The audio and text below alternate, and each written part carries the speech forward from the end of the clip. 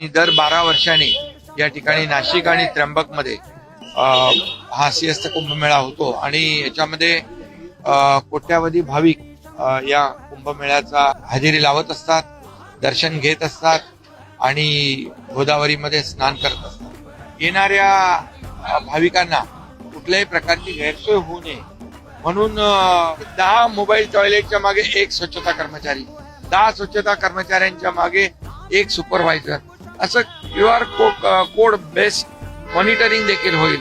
Artificial इंटेलिजन्सचा देखील त्या ठिकाणी वापर या ठिकाणी केला जाईल, जेणेकरून आपल्याला कुठल्याही परिस्थितीमध्ये तिथे जाणाऱ्या येणाऱ्या भाविकाला गैरसोय होणार नाही।